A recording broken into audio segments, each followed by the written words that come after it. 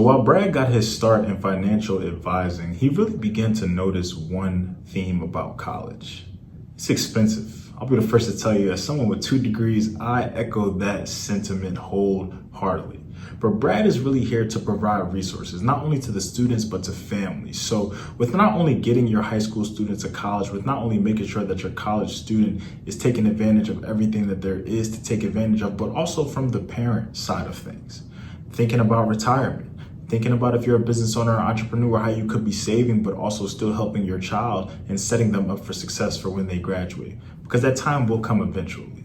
Brad also recognizes that with these resources, with these services, it's something that can be unbeknownst to a lot of people. So part of his mission is just the same, getting the word out, letting people know that help is there and that he will do anything in his power to ensure so. So without further ado, enjoy episode 215, The Process of Preparation. What's going on, everybody, and welcome back to another episode of the Down to Business podcast here with Tamar Turner. So as I was kind of speaking to him a little bit before the interview, I think a lot of y'all will also resonate just knowing who my audience is, that we probably needed Brad some years ago in our lives, and he probably would have made things not only easier on ourselves, but maybe even on our parents.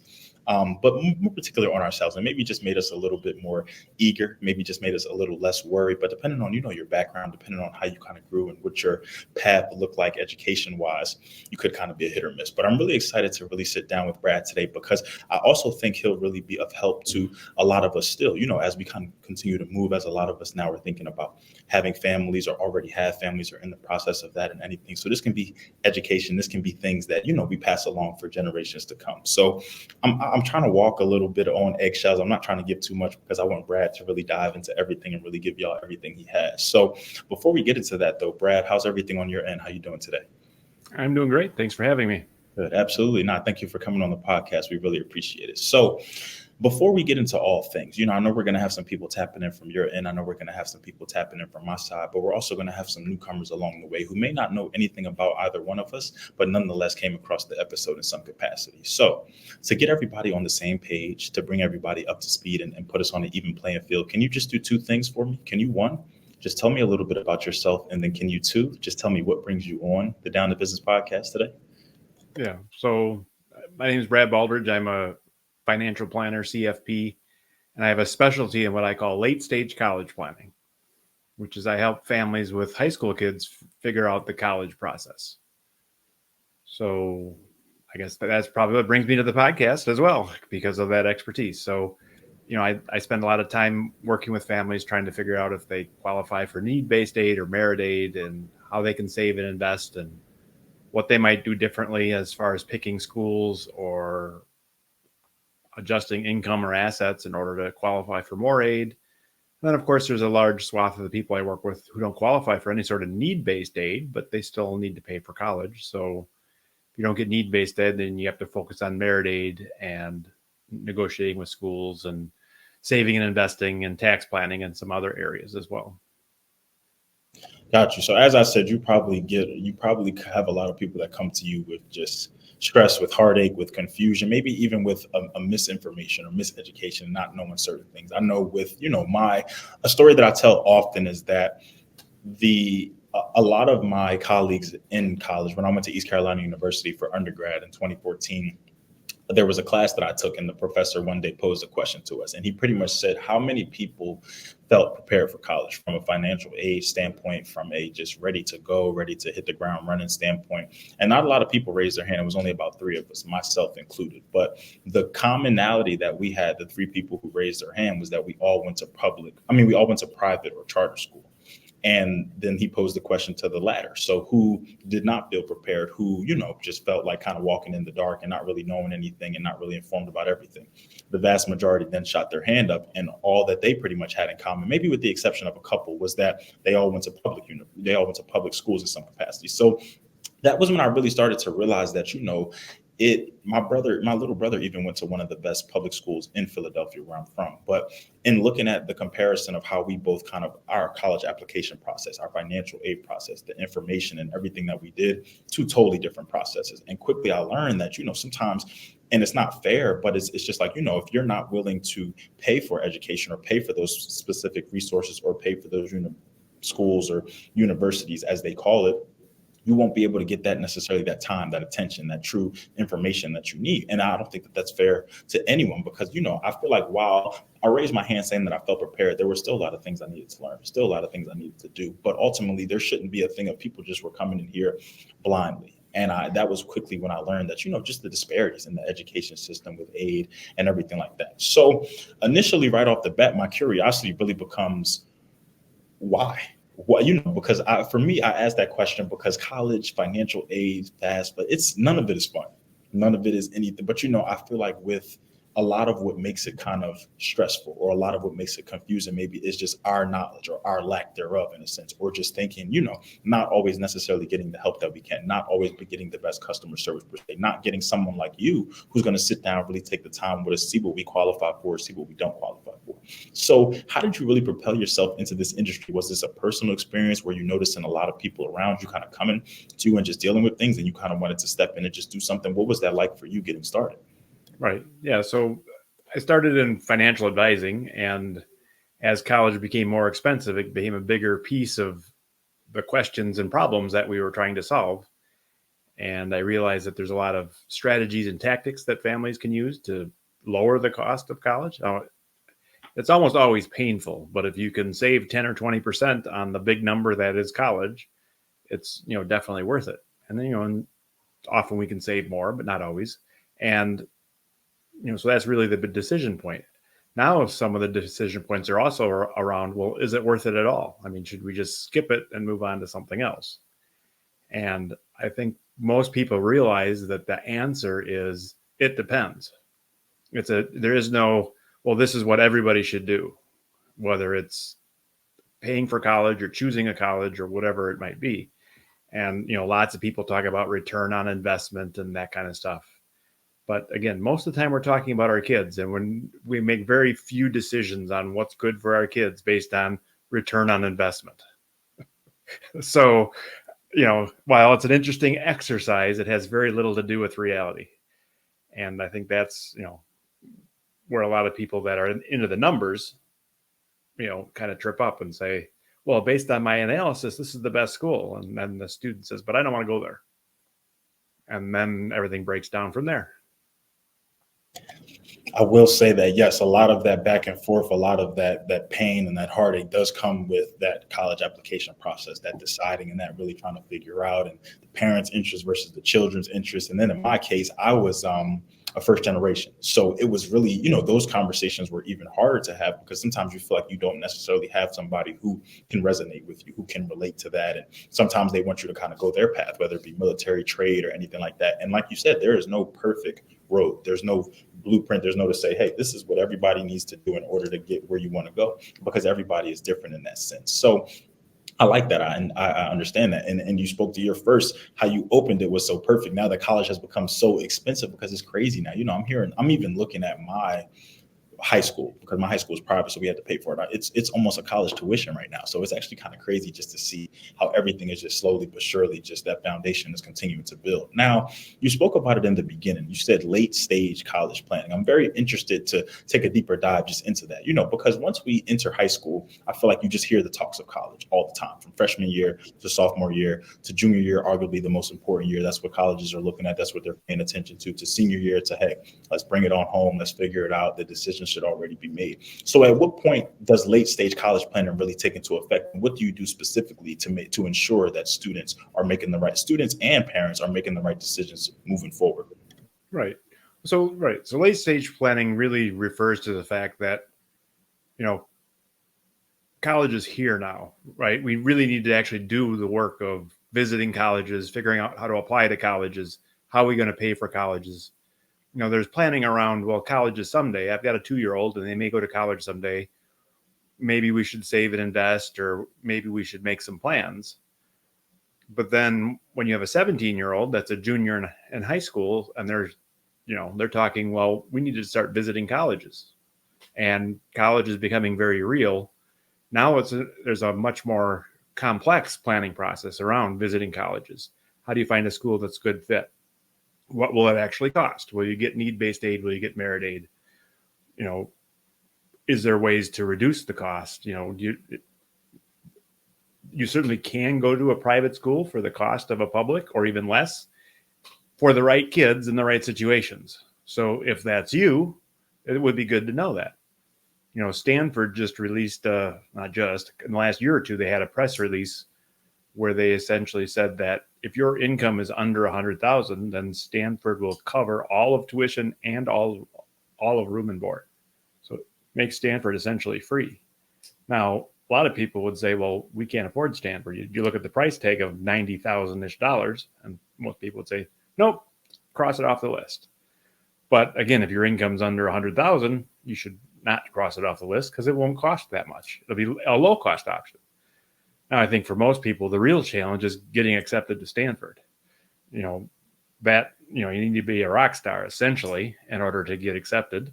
Now, if you happen to have that rock star, put Stanford on the list. But there's lots of colleges out there that realize that they're competing with the state schools, and some of them can get within reason. Now, again, will they all? No. And it really depends on your student and their grades and academics and your financial situation. How much need do you have and how much can you afford to spend? So it's a pretty complicated situation. And I think that's what, so it's going to take time. And lots of people don't like, working in the financial areas. They don't want to figure out budgets and how this is all going to work. So it's something that you can easily avoid until you can't. And then it kind of hits the fan, and all of a sudden everybody's scrambling. And, the right answer is start earlier. Start freshman year, sophomore year, not end of junior year, which is how, again, I'm quite a bit older than you. So, when I went to college, it was, I did drafting with a pencil. We registered and did there was no online. Online didn't exist. So when we had to sign up for classes, we stood in a line in the gymnasium at the table for math class. And then when you got your turn, you picked your math class. Right. So dating myself a little, but a lot of parents will be able to relate to this. So that was the challenge. But because it's so expensive now, when I was in school, it was not unusual for someone to take 5 or 6 years to figure out what they wanted to be when they grew up. And if they made mistakes and had to do things differently or whatever, it didn't matter that much. It wasn't that expensive that adding a year was, oh my, now what? Now most parents do not want to hear that they need an extra year for college because the price tag with that is shocking. So what we're trying to do is, do it the best we can the first time, take advantage of all the opportunities that are out there, and it gets complicated. Every time the government says, oh, well, here's a group of people we're going to create a program that's going to help kids that want to grow up to be engineers because we're short engineers or teachers or whatever it is. So they create all these different programs. And now that's one more layer of complexity. Now you need to figure out, well, does my state have a program for teachers if that's what I want to be? Does the federal government have a program for teachers? What about the normal loan programs, the normal need-based aid programs, the normal FAFSA program? How does that all work? And how, more specifically, how will it work for us? And I think a lot of families will say things like, well, my brother-in-law didn't get any aid, therefore I won't.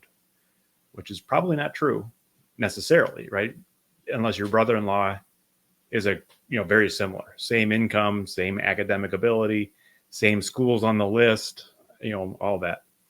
As soon as you start, and that's where working with a professional comes in is, I've seen all kinds of different plans and all kinds of different opportunities, some for that geeky engineering kid, some for the performing artist, some for the jock, et cetera, and they all have their own path and they all have their own opportunities that you want to take advantage of.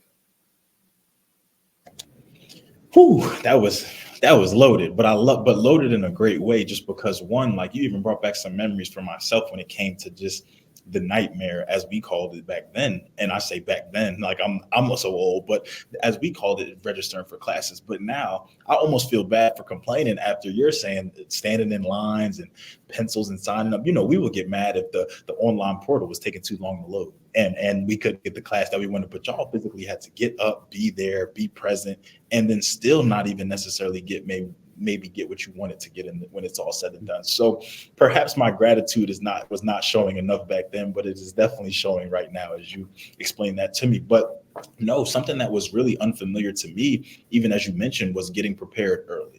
And like I said, going to public school all of my life and just knowing that at some point I knew I had to go to college. Well, I didn't know I had to go, but I knew I wanted to go to college, but I didn't necessarily know the steps that I needed to take, what I should be doing now, what I should be doing then.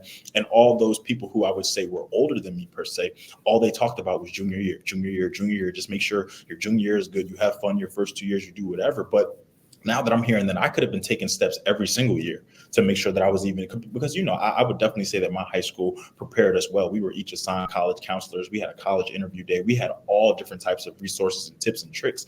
But it was all up to you to take advantage of it. Just the same, that was all included in our tuition. But how are you meeting with your college counselors? And are you not only meeting with them, but are you implementing and applying to what they're saying? If they're saying that the Common App needs to be done, or that you need to fill out these essay questions by this date, then you need to make sure that that's done. If we're doing early decision or anything like that, you need to make sure that that's in. Applying for the financial aid is a totally different ball game. So I understand that, with this, the earlier the better at any point in time. And it's one thing to think about it.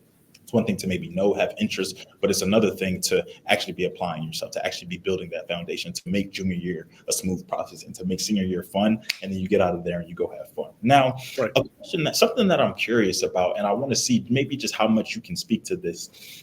When it comes to financial aid, when it comes to merit versus need, or just financial aid in general, I guess maybe we can even speak to, more need based in this.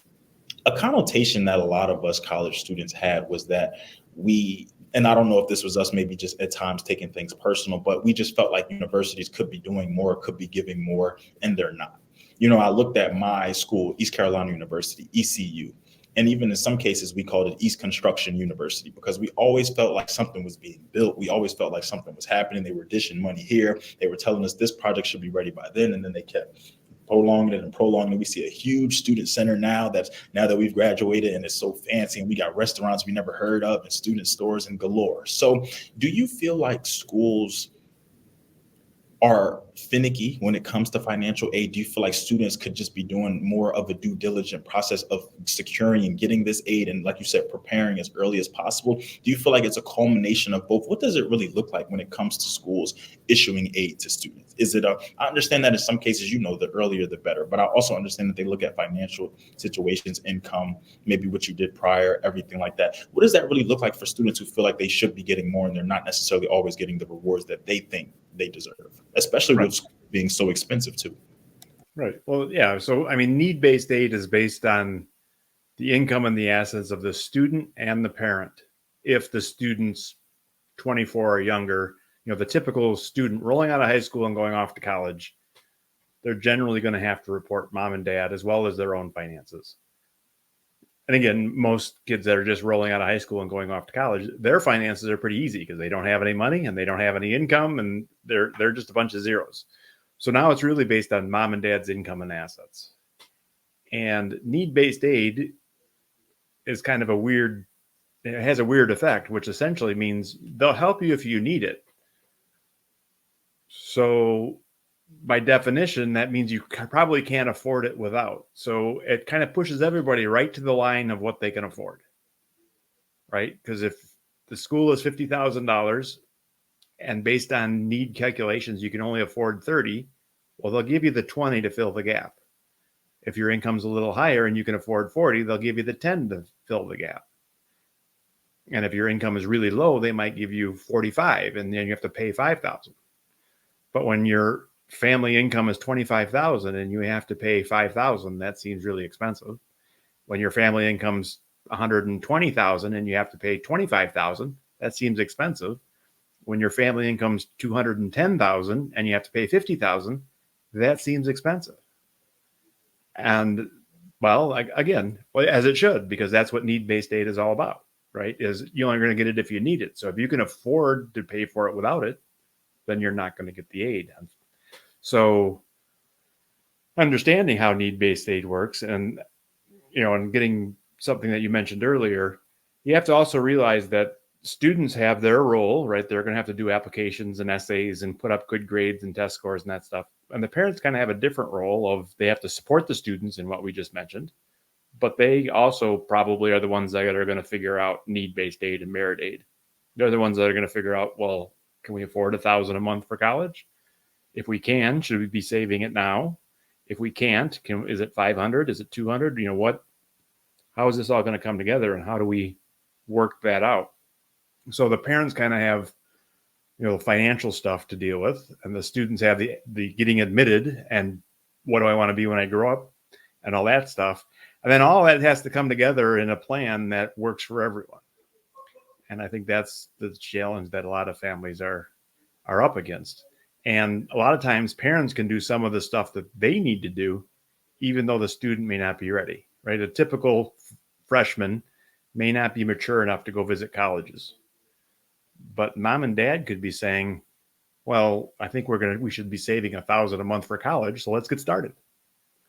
Or maybe they've already saved $1,000 a month for many years. And now it's like, okay, is this enough? Or should we save more, depending on how many kids you have and how much you think you're going to spend? And, so it just takes that extra effort. And the reality of it is a lot of families that have kids in grade school and middle school and high school are really busy and spending the time to think about college. And again, there's some people that's their thing, right? They enjoy looking at investments and getting involved in finances and all that stuff, but not everybody does. And if it's not your thing, you still have to do it anyway. Or again, find someone to help you.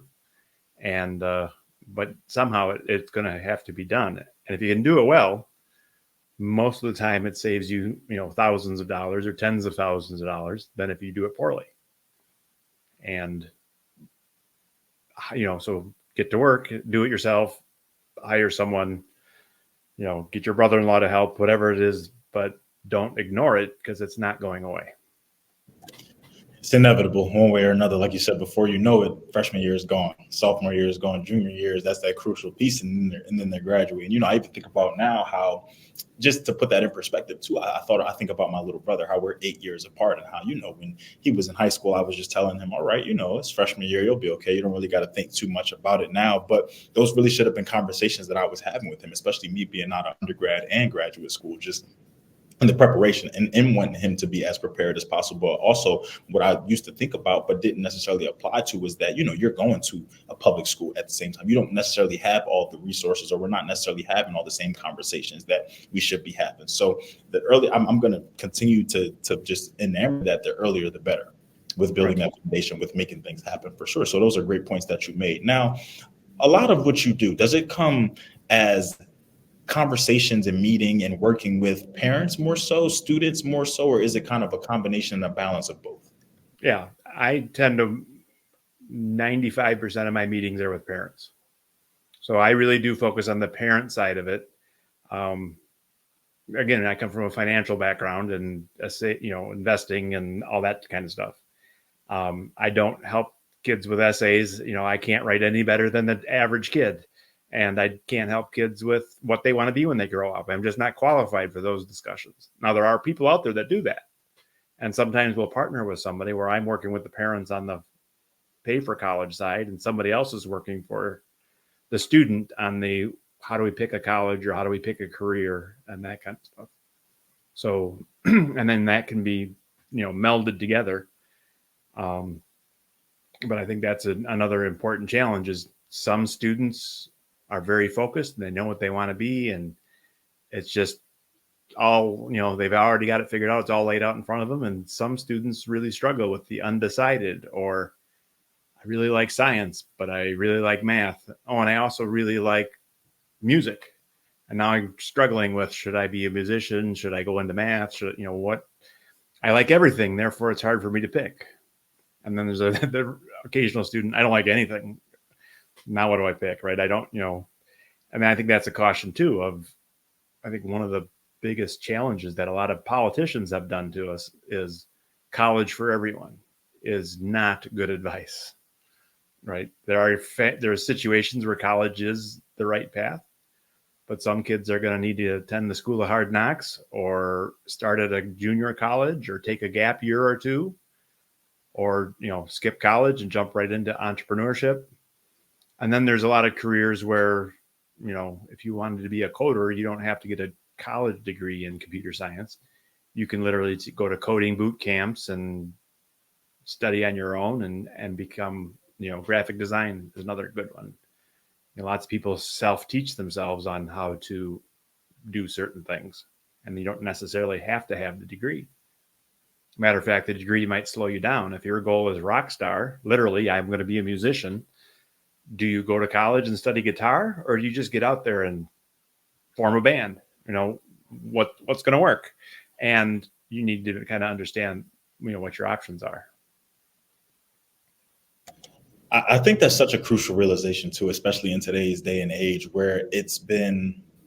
I feel like that's almost kind of been like the traditional or the norm of an approach where, you just continue to go until you graduate school, you get a job, you have that family, marry, everything like that. But, I think a lot of even more, I would even say more recently, like recently meaning probably like within the last 5 to 6 years, about just more entrepreneurs emerging, more business owners coming about, more people just kind of taking their own stab at different things, taking that leap of faith, going different places. And I really think that the pandemic was a big responsibility for that. We didn't hear about people graduating virtually, attending things virtually, really stepping out into their own things, but there was a demand at some point. There were some places where you couldn't work, or maybe you were laid off, or maybe just depending on how you were affected in this, you had to take different options and different paths. And that's really where I think it really started to happen. Because I would even say with myself, like a lot of my friends, a lot of people who I grew up with and everything, that was just the road. After high school, we knew we were going to college. But now when I look at my little brother's generation, you see them split so many different ways, whether it be a social media way, whether it just be the trade way, whether it be, like you said, if I just want to go start that band and just take that leap of faith and do what I want to do on my own, that's really what I'm going to do. But no, to hear that a lot of your interactions, a lot of your conversations, a lot of the bulk of what you do is with the parents, I think that's the most important part. But to something I also think about now, okay, so we talked about the late stage college planning. Mm-hmm. When working with these parents, when doing these meetings, when thinking about these high schoolers and everything who we're working with, how then involved are you once they then go to college? Because I recognize that with college, the process really doesn't change. The financial aid is still going to be there, still going to be, you're going to have to open that app every year. You're going to have to fill it out. We're going to have to make changes and updates and salary and do this and do that and everything like that. So are you still noticing that even after working with the high schoolers, even after kind of getting them over that gap, getting them to college, getting them wherever they may be, getting them the need and the aid as it's all fit, are you still continuously tapping in with these parents year after year? Are they still kind of reaching out to you for different tips and tricks, for different ways that they can still even save once they get to college? Because I feel like that's the biggest thing too. And that's when you really start to see the bulk of your expenses. If you're living on campus versus off campus, what classes you're taking, what books and everything you're getting. So how closely involved, or how has the process been with once you kind of help these parents get their students to college? What does it look like after that? Right. Yeah. So, I mean, a lot of the people I work with, we go on and do other financial planning. And, so the very typical parent is, well, we're going to figure out college, and then we have 5 years off, and then we're going to retire. Or we're going to figure out college and retire immediately. And then for some parents that are older, it's like, well, we're going to retire while college is still happening. And, so figuring out, those two goals are almost always top of mind for the families I'm working with. And it's probably self-selection too, right? People don't reach out to me if they don't have kids in college or kids in high school. But working on both of those goals,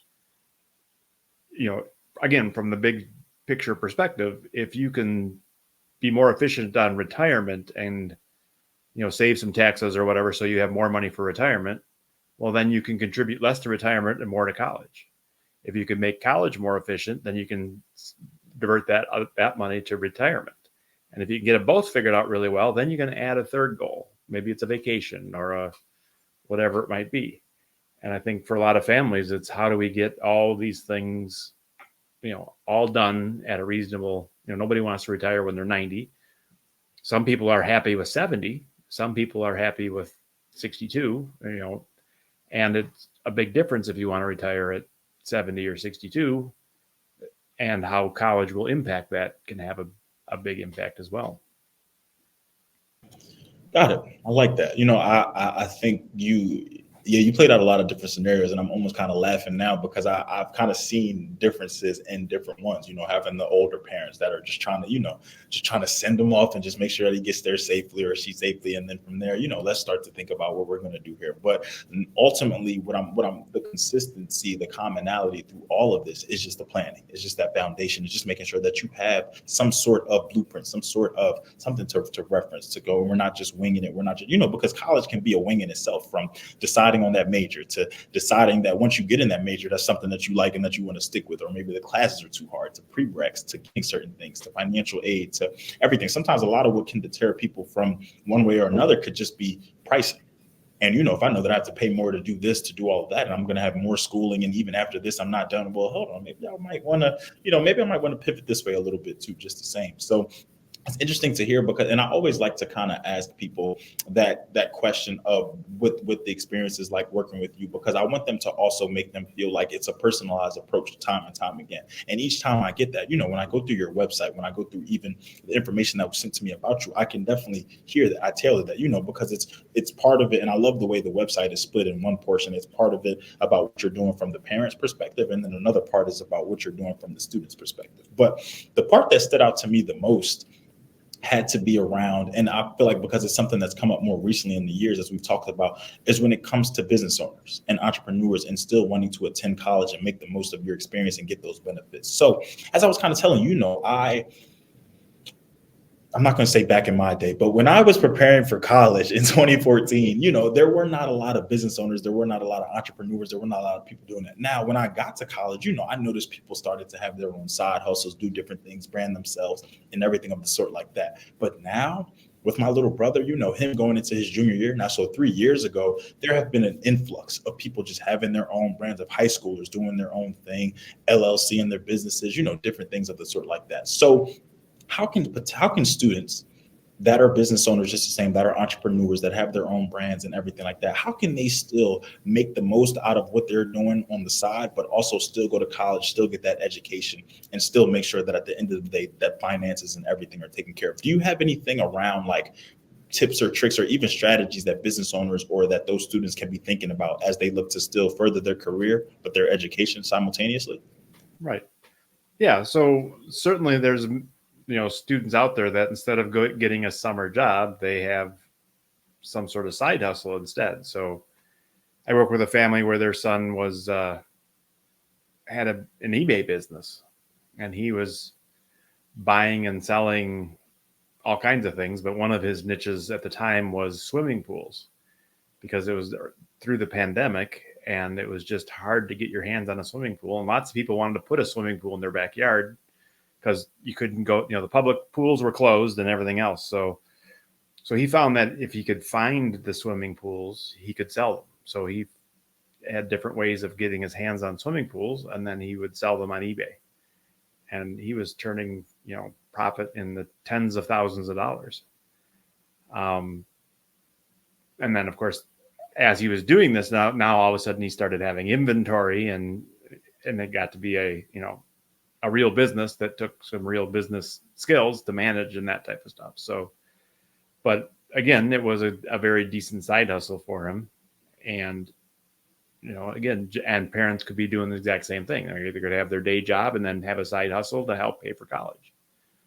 But there's a lot of strategies that you can then use within that to, reduce your taxes. A lot of parents can hire their kids into the business and pay them a wage, and you get some tax savings that way. And the kids could hire the parents into the business potentially and get some tax savings, just depending on where the tax brackets land and that kind of stuff. So it's, so there's some tax planning around that. You can also set up tuition reimbursement plans. Like here in Wisconsin, businesses can contribute to college for their employees and get deductions for it. So on your Wisconsin tax return. So if you happen to live in Wisconsin, you could set up a contribution plan to a retirement, or I mean, contribution to a 529 savings plan, and that may help. So there's lots of different things that you can do. It's just a matter of which ones will work from a tax perspective, from a, but because there's more opportunities, you can set your salary, you can move income, move assets around. There's more moving parts. There's more opportunities to plan.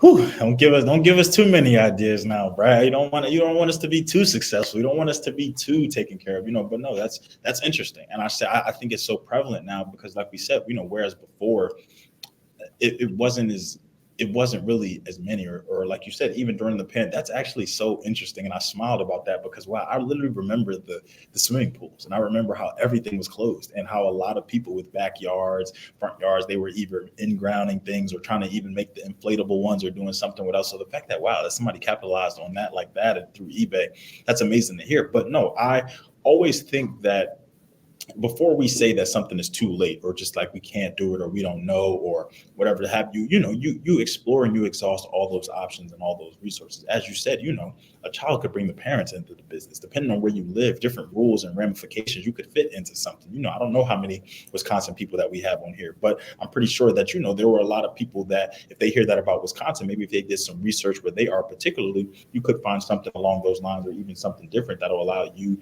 to be successful, allow your child to be successful, and allow them also to take advantage of everything that comes with college. So another curiosity that I have is the marketing behind all of this. I recognize that, as I said, I needed you years ago. You would have made life easier for all of us, especially from a first generation perspective. Whereas a lot of times, I was just going directly to my counselors and asking them a lot of questions and things like that. And a lot of it too was the influence of my parents at the time, and just them kind of not necessarily wanting things their way, but them always just putting different options in my ear. And it kind of just, just when you think I'm gung ho and I'm set on this, now I hear this, and now I'm thinking like, wow, that may not be that bad. So when it comes to what you're doing specifically, how do a lot of parents, how do a lot of even students, I'm sure, discover you? How is this like word of mouth? Is this something, are you implemented in other like high schools and in the Wisconsin area? Are there different partnerships or things that you developed over the years? What does a lot of that look like when it comes to the clientele and a lot of the families that you've worked with?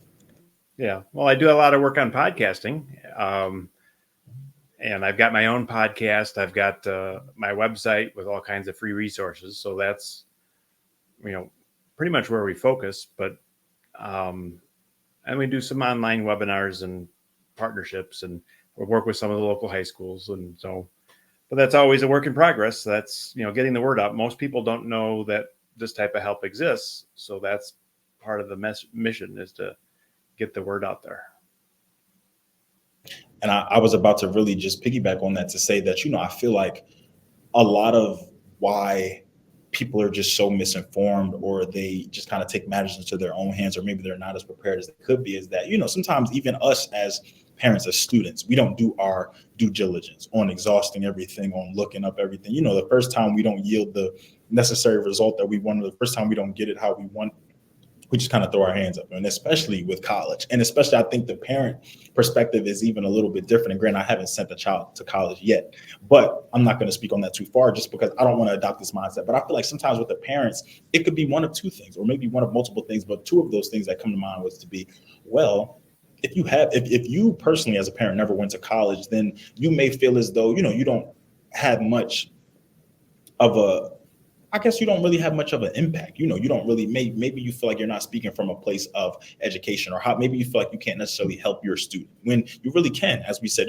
planning involves all parties. And whether you have that college experience or not, I feel like there are still things, as you said, you could be thinking about freshman year, taking your son or your daughter to these schools to just expose them to that atmosphere, to get things going. So that way, by their junior year, oh, I've been to 8 different campuses. I know about this. I know to go here to do this. I know that this is in this. I know what cost of living means. I know room and board expenses and everything, So, but I also feel like too, sometimes parents speak from a perspective of wanting their children to follow a certain road or a certain route. And then when that doesn't happen, it's kind of just going. But I also feel like we, just as people, as much as you do, I'm sure that you've done countless amounts of research. I'm sure that you've had countless conversations with different people. And I'm sure that even with all the expertise and experience you have, you're still learning even to this day with rules changing with different areas. Like you said, the rule within Wisconsin is probably something that you had to learn in difference and working with other people in other places, So Right. that it's always necessarily you're always having to remain a student of the game. So I love that you say that too, because sometimes I think too it has to be like I'm pretty sure that obviously everybody that you come across, you want to help them, you want to ensure that they're set up for success as best as possible. But the people, the parents, the students, they have to do the work too. You can only take people but so far. You can only do much. You can only meet people but at some point before you have to say, okay, all right, look, this is not my child, but I want you guys to be just as successful and make things happen. So I get that. Now, something I also think about too is just the future outlook as well. I think about, wow, kids are just never going to stop going to college. College is probably tuition is probably never going to stop increasing, different programs and everything like that. Rules are going to be changing. But I also think, with where we are right now in the world, there are so many different possibilities. Whereas, back then college was, it was only one or two, it was only a couple of places you were about to go. But now you have so many different ways to go. So when thinking about what you're doing and thinking about all the what comes with the industry, from the creativity to just the adaptation and adjustments, is there anything that, and I don't want to spoil any surprises, or I don't want to give away too much without if it's not that time yet. But I like to ask this question because I like to give people something to look forward to. So as we continue through the rest of this year, even think about 2025, but continuously just helping college students as well as, high school students, parents, and college students just the same. Is there anything that you're looking to get more involved in, any even perhaps new ventures that you're taking on? I know you said that things are always a work in progress. So from podcasting to your own show to even the partnerships locally and globally, is there anything that you're looking forward to, anything that we can keep our eye out for? Because I know that business owners and entrepreneurs, we're always working, we're always thinking, even behind the scenes. Yeah. So I am working on putting together a college planning course where people will be able to, at least it's likely to be called College Planning Jumpstart, where it'll help people get you started. It's not going to get you all the way to the end, but for a lot of people, they don't even know where to start and what information they need to know and how to put it all together. So that's one of our goals. And so that's one of the things that for sure that, is in my future. I just, no promises as to when exactly it'll get done, because, we always think we'll have it done in 3 weeks or 6 weeks, and it turns out to be 6 months. And so we'll see. Something I've learned as a business owner, as a podcaster, is to stop giving deadlines to people. Because I tell you, I'm going to have this by then, and with my episodes, I stick to a pretty succinct schedule. But I've told people that I'm going to have this edited, or I'm going to do this by then, and like you said, 6 days turns into months, and then months turn into more months, and then you're following up, and people are nudging you and pushing different things. And that sometimes you even forget certain commitments or promises that you made. So I've learned to just try to keep it. It's gonna be out there. I will tease whatever. I'll put it out there. It's gonna get there. I'm not putting any timelines on it or deadlines on it. We're just gonna make it happen. But no, I love to hear that, because as you spoke to, the starting point, that could be arguably the hardest thing, because you don't necessarily what to do. We're looking at parents' perspectives, and we're looking at what parents want versus what the student wants, and who is it really about here, who's paying for it. Can be a lot of back and forth when it's all said and done. So I love to hear that you're moving in that direction to really just map it all out for people. Now, with that, before we wrap things up, before we close out, before we tell people where they can find you from websites and social media, do you feel like there's anything that we haven't touched on today? Even any last words that you may want to leave for people coming across this episode, whether they be students, parents, other business owners, or entrepreneurs, anything like that? Yeah, I think Nike did it well when they said, just do it. See, I don't think anybody's ever used that for their last words. So Brad, you just set the tone right there with the uniqueness there. But no, I love it. Like you said, it's no point of thinking about it. It's no point of procrastinating on and stressing about it. Just get it done. It's inevitable. It's whether we put it off for tomorrow, it's still gonna have to be done. Whether we put it off till junior year, it's still gonna have to happen. So do you want to make it that much harder when that time comes, or do you want to just ease into that transition because you use the jump start? So now, before we end this completely, we need, arguably to me, the most important part, the call to action, as I like to call it. I love to always, leave the episode with where everybody can find you, how they can tap in with you, from social media to websites to where they can be on the lookout for the Jumpstart when that time comes. So just give us everything you got as far as the best places to reach and contact you. Right. Everything we do is at the website. So it's all at tamingthehighcostofcollege.com. So we've got a podcast by that name. You can follow links there. There's phone numbers on our website. There's lots of free resources like a financial aid calculator and cost of colleges by state. So you can look up some numbers on all the colleges in your state. Number of different resources that can help you. Scholarship guide for busy parents, another great resource that's out there for free. So just hit the website and it's all there.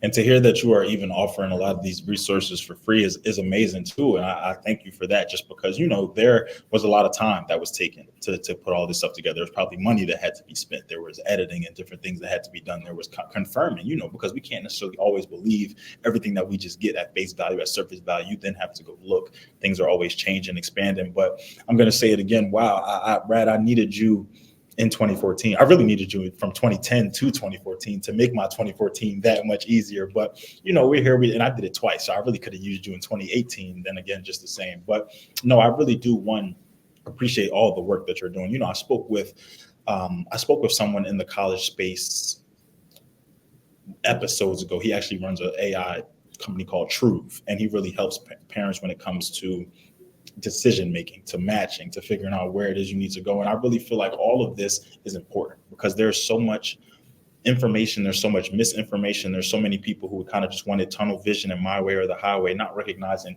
the endless amount of possibilities that are out here now, from business owners to entrepreneurs to trades to people just wanting to take their own route, to students sometimes not necessarily knowing what they want to do, or they could have grown up all their life loving and liking this, but by the time they got to school and by the time they really had to do their due diligence every day, this is not really it. So Brad, honestly, the work that you've already put in, the work that you're putting in, and then the work that you're going to put in, it speaks monuments. And I definitely just want to thank you. I want to thank everybody, the team over there. You guys are working hard. You guys are doing amazing things in Wisconsin and beyond. And I'm definitely excited to, just tap into the journey where we are right now, but just to continue to see everything from the Jumpstart Go Live to whatever other initiatives and ideas come along the way. So to everybody out there too, who's tapped in with us today, whether you joined us live, whether you're listening at a later date, I thank y'all. I love y'all. This has been another episode of the Down to Business podcast here with Tamar Turner.